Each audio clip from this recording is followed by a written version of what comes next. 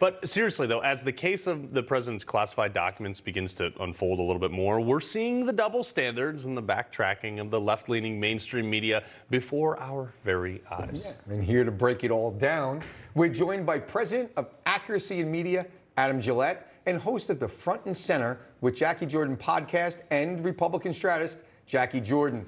You know, welcome, first of all, welcome. Good morning. It's great to have you on the show. Good morning, gentlemen. Thank you. Thank you for having me. Great. I want to jump right in on this one. It's absolutely no secret, okay? We're seeing the double standard play out right before us with the media right now. But listen, you know, how the ladies on The View spun it, I think, is classic. Jacquie, I want to go to you first. What's your reaction to how they justify these documents? Oh, well, I saw that. I watched the Joy Behar take center stage on The View talking about the double standard here. And the way she framed it, because, you know, I always look at things from what is the media narrative and how's the media story playing out. And Joy Behar set it up that President Joe Biden, it was kind of like, oh, accidentally he had a couple documents, but we know that President Donald Trump, we already know he's a liar and a thief, quoting Joy Behar directly. Like, what a setup. And, of course, the audience did applaud, having been a talk show producer, you know, that we cue audiences to applaud.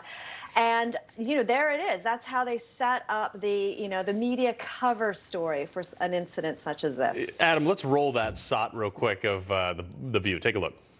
How is possible that after all this time, nobody knew this? Because to me, if you're missing classified information, I don't mean to laugh, but in my house, if stuff is missing, I know it's missing. Does it feel like Oppo research to you? Does it feel like the Republicans are behind it? It's not. It did originally, but I'm sorry, but not now. Because one of the things he's saying is that, you know, some of the locations where the docs may have been shipped in the transition may have gotten taken and put.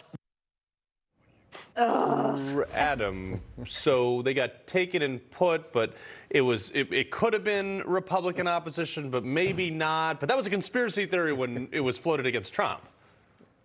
Well, definitely misinformation. They should be downranked on Twitter and banned on social media. Listen, if these people had integrity, they would be ashamed. And if they had any sense, you would think that they would stay away from stories about classified documents when a Republican does something bad. Because those of us who actually follow the media, we haven't forgotten about Hillary's email server. We haven't forgotten about the Clinton administration's Sandy Berger, who literally stuffed classified documents in his pants and stole them. Totally forgot about that. So you would think that they wouldn't go anywhere near a topic like that because the hypocrisy is so obvious. But as I said, they lack too much integrity to care about hypocrisy.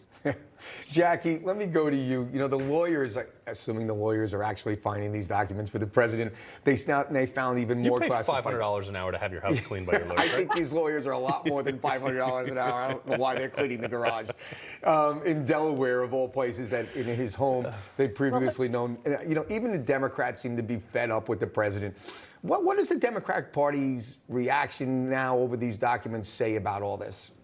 Well, if you have friends like lawyers like that, who needs enemies? But I think this is right out of the Democratic playbook. You know, they're Andrew Cuomoing President Biden, and I believe that, you know, it was never inevitable that the President Biden would finish his term out. He did what he needed to do. He accomplished what the Democrats needed from him, which was, you know, or getting money. You know, a lot of money got greenlit. A lot of money got greenlit through President Biden, and so he's done. They don't need him anymore. Right. I think this is when they're going to, you know, bring in someone, you know, under a different type of. They're not going to have to do it through an election to bring in Gavin Newsom, to be quite honest. Well, Adam, let's compare and contrast here. My fantastic production staff made some graphics here. So President Trump was a little bit different story in this thing, but let's just compare the two on the same plane here. So this is Trump. He had the power to declassify. His stuff was behind a locked door with the lock that was approved by the National Archives. The material had already been inspected by the National Archives, at which point they found nothing wrong, and it was in a private location with round-the-clock Secret Service. Compare and contrast that to Biden's side. Take a look at this. No power to declassify as vice president. It was found in a, ironically enough, think tank that received millions of dollars from China, and in his garage, and in his library, and in a house that was owned by Hunter Biden at the time. He had no security on the thing except for his Corvette. What? And as a vice president, you're not supposed to take classified documents. But Adam, I mean, Well, are the American people like we're not fooled by this?